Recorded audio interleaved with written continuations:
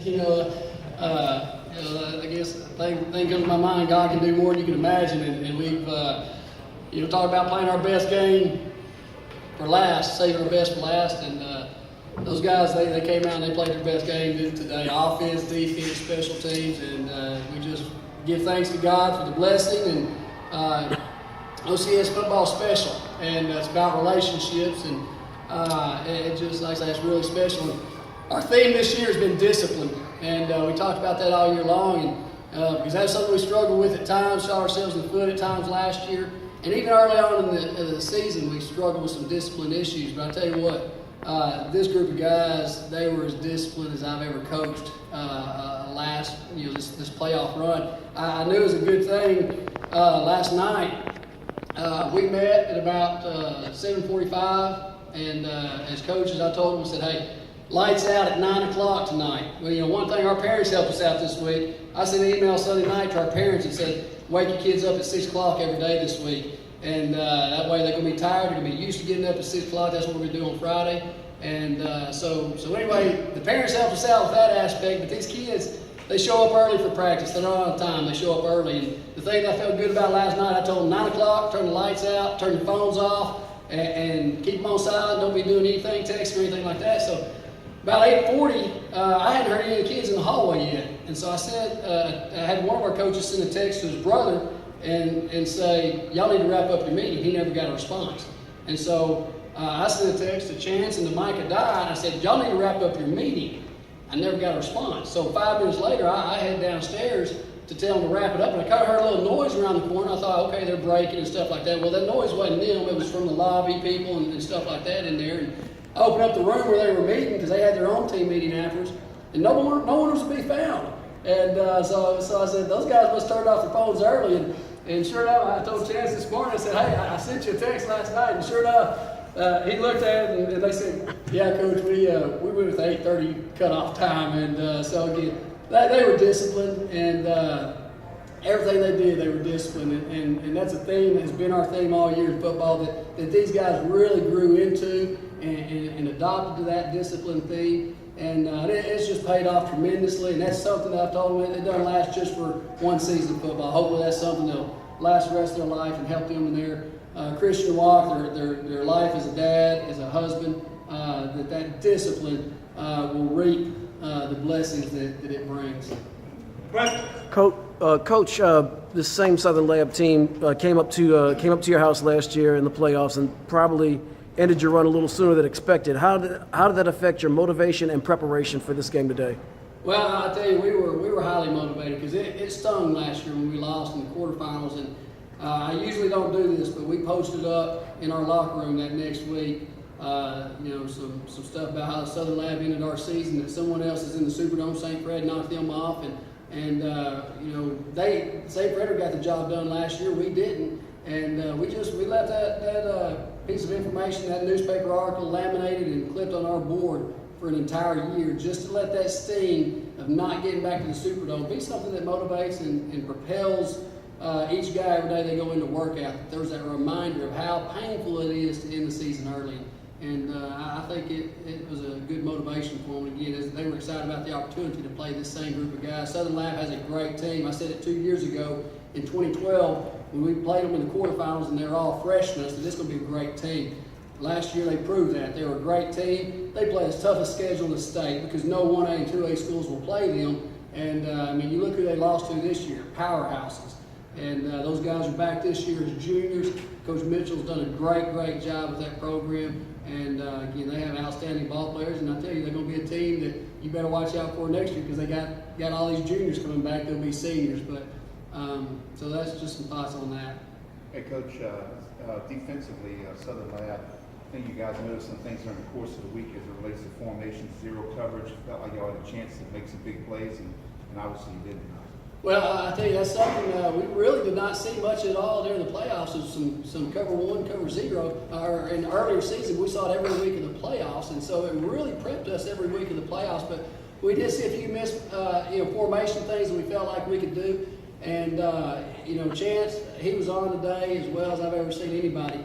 And our receivers, we had no drop passes. I mean, everybody caught the football, He was on the money with his throwing. I mean, he just played a great game. And that's the thing, in the big games, you got to make big plays. And our receivers and Chance, they were in sync with each other. Our linemen gave them time to get the pass off. And so, again, you draw some things up, but I'll tell you what, they clicked today, and these guys executed. You talk about big plays. I thought the first one maybe came from the defensive side, that fumble inside the 10, when it was 7-0, I think. And I'll tell you what, defense wins championships is the old adage, and this group of guys on defense, all of them, they really grew up as this season went along.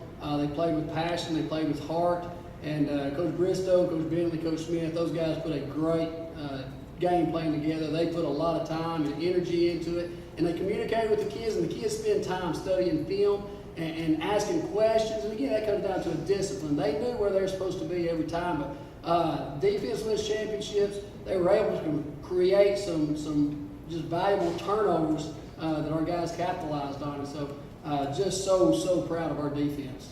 Coach, how do you explain that second quarter? It was pretty nice when you decided to do it, I think. I tell you, that second half, or second quarter, it did. We got some momentum rolling, and you kind of like sharks in the water. When you smell blood, you better attack. And again, when they had some mishaps go, our defense kept putting it on, our special teams, our offense. Guys just kept playing aggressive and getting after it. And again, we were blessed with having a lot of things go our way in that second quarter, and our guys capitalized on that. A couple of you guys talk about that, how things felt in the second quarter, and working so well out there. Things went really well in the second quarter. I think they had a bunch of snap problems, starting their offense in the red zone. I mean, that's just huge, We were able to execute well, and I'm just proud of all my guys for that. Yeah, it's a big momentum shift when your defense makes plays like they did. And then when we get good field position, the offense comes out and capitalize on it. It's a huge momentum shift and stay with us throughout the game. Coach, a lot of you guys certainly used to scoring a lot of points this week. But what's it like to get a guy like James involved who's missed a lot of time this year and get him a couple touchdowns? I'll tell you what, we work on some plays all year long, and we played the entire season without Josh Pennybaker. Broke his collarbone in the first play of the season. His knee got injured week 8, and his first game back was first round playoffs. And then James, we missed him the last 6 games. Both these guys started for us last year, and they just have a great understanding and a feel for things. And for having them back, they just got better and better through the playoffs. And again, they helped the offense continue to improve. But James, he's a gritty player. And that fullback is a dirty position because sometimes they may not touch the ball at all during the game. And that's happened a lot of times for James. There's been times that receivers have caught it, other running backs have scored touchdowns, and James, he was a blocking back that night. But again, he's a guy that you can count on with the football. He's going to do what's right. He's going to give everything he has. And so he's a clutch player. And again, we felt good getting him the ball any way we could. And those screen plays, he made great plays on those. Coach, in last year's playoff game, Derek Pate for the Kittens, number 17, he built up a lot of yards in a lot of different capacities in that playoff game last year. Did you all look at him on the film, have a plan to neutralize him? He was largely ineffective and unused today. Well, we did what we do on defense. We knew no doubt. I mean, it's no secret. Playmakers make plays. And coming into this game, there's no doubt that Derek Pate and Williams, number 7, that those are the guys that they're going to try to get the ball to. Running back has had a great year. And we knew those are the guys you got to stop, and that Blake McVille has a strong arm that we got to be aware of, and that any play, we emphasize all the way, we got to be sure tacklers, because those guys can take a 5-yard pass and turn it into an 80-yard touchdown. And so, again, defense, they swarmed, had great effort and energy in the pursuit, and you get a lot of guys around the ball. First guy may not have got him down, but you had other guys hustling that everybody's rallying to the football and was able to get him. Coach, you can answer this or any of the players too, and this is probably not anything new for you guys, but today it certainly was nice in the first half and even the third. You guys spread around, I think 5 or 6 different guys got touchdowns. Well, we got a lot of playmakers. I mean, when you're a quarterback in the system that we're in, and you have as many playmakers as we have, then it's easy to throw the ball. You just give it to them, they run. It was a fun time. I had a great time out there today. We have a great team this year, and it was a lot of fun. Chance, you seem to really be in a zone today, running and throwing and making all your making all your reads. Was this the pinnacle of your playoff run, or has it been like this for you throughout the playoffs? Have you just been seeing it since the postseason started? I mean, I've had a good playoffs this year. I've had a good state championship. This has got to be the pinnacle. I mean, this is a state championship. It's got to be the best. I mean, it was a lot of fun. I really enjoyed it. Go ahead, you come. Having a lot of playmakers on our side really it makes it easier because it takes the pressure off one guy trying to push himself and make every single play, and it just spreads it out and makes everybody's job just that much easier, and it really helps out a lot. Coach, talk about your quarterback's decision, number one, to come play for you, and I imagine this couldn't work out any better so far. I tell you what, Chance came in and did a great job this year, man. The thing is, he's a great kid, great student, and he stepped in, and we had a quarterback battle going on, and Chance stepped in and won that out. And again, we have a pretty complicated offense at times, and so I think it shows his intelligence when he's able to come in and learn the system, and we're able to not flinch on anything we do. Because he understands the system, and again, he came in and just been a team player from the get-go, and did a great job of leading our offense. Shows a lot of poise and everything, and his feet get him out of a lot of situations. And again, I think it shows hitting on a two quarterback system. It shows the attitude of these guys. John Randall Bennett was the other one competing with him about week 4.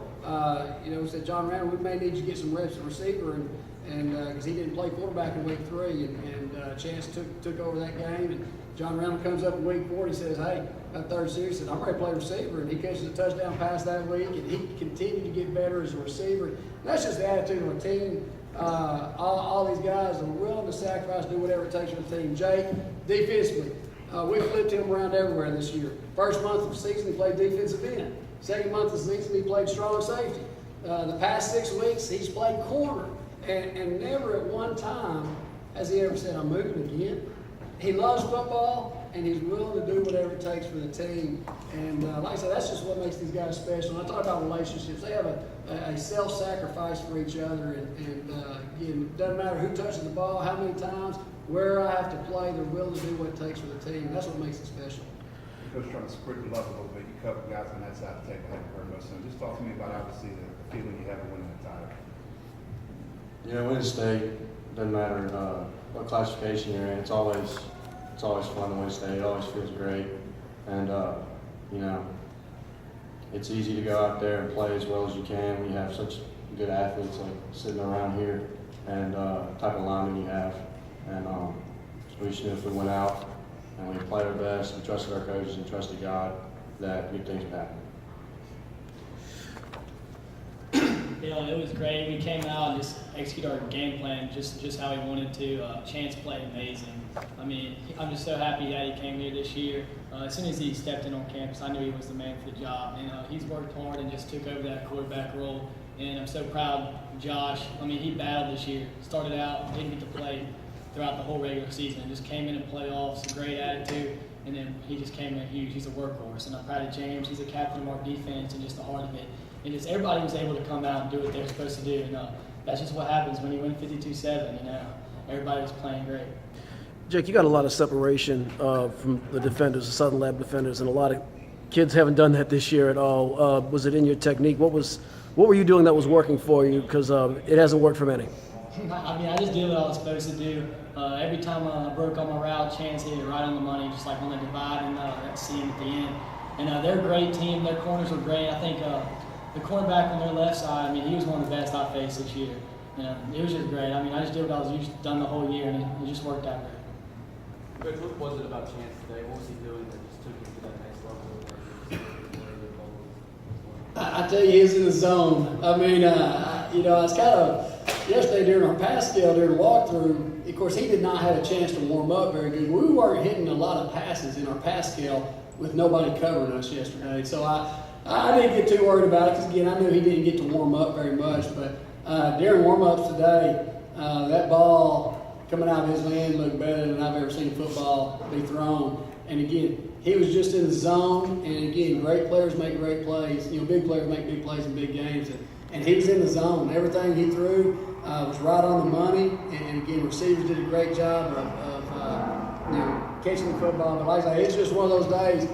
He played the best football I've ever seen him play. Enjoyed watching him compete. He's a competitor. I've enjoyed watching him all year. But like I say, there's some days you're just in the groove and in the zone. He's in it today.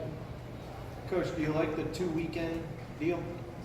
Well, it's one of those things. It is what it is. I guess the thing that I like about it is we got to go ahead and play earlier. And I like the 10 o'clock game. Didn't have to wait around all day.